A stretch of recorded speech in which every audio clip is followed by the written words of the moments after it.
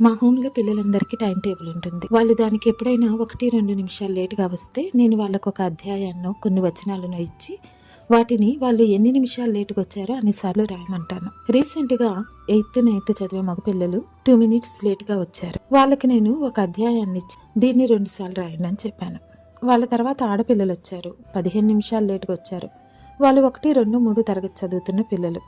నేను వాళ్ళతో ఏం చెప్పలేదు. 2 days తర్వాత ఒక రాత్రి 8:30, 9 ఆ టైంలో వీళ్ళు కూర్చొని రాస్తున్నారు. నేను అడిగాను, ఏం రాస్తున్నారు అని. వాళ్ళు చెప్పారు, ఆ రోజు మేము లేటుగా వచ్చాం కదా 15 నిమిషాలు, ఆ అధ్యాయాన్ని మేము రాస్తున్నామని.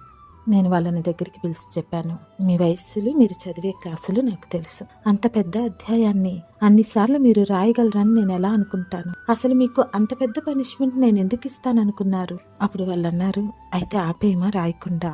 నేను అన్నాను, మీ అంతటి మీరు నిర్ణయించుకున్నారు కాబట్టి కంప్లీట్ చేయండి అని.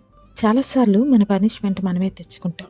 మా ఫ్యామిలీలో ఈ జబ్బు ఉంది, మా ఫ్యామిలీలో అందరికీ ఈ సమస్య సహజమే. నాకు తెలిసిన వాళ్ళు ఈ సమస్యతో ఎంతో ఇబ్బంది పడ్డారు కాబట్టి నేను పడతానేమో. కష్టాలు మనిషికి కాకపోతే మానుకొస్తాయా?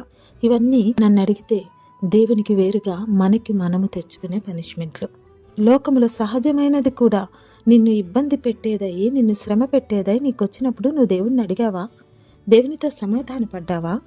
ఈ శ్రమ నేను భరించలేనిది ప్రభువా అని ఒక అర్థం చేసుకునే తండ్రితో మాట్లాడినట్టు నువ్వు మాట్లాడావా?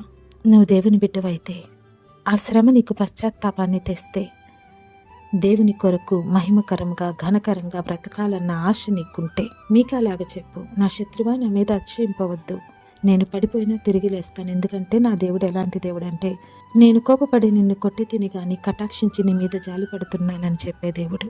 నీ శ్రమ నిన్ను ఇంకా దేవునికి దగ్గర చేయాలి, నీలో విశ్వాసం పెంచాలి.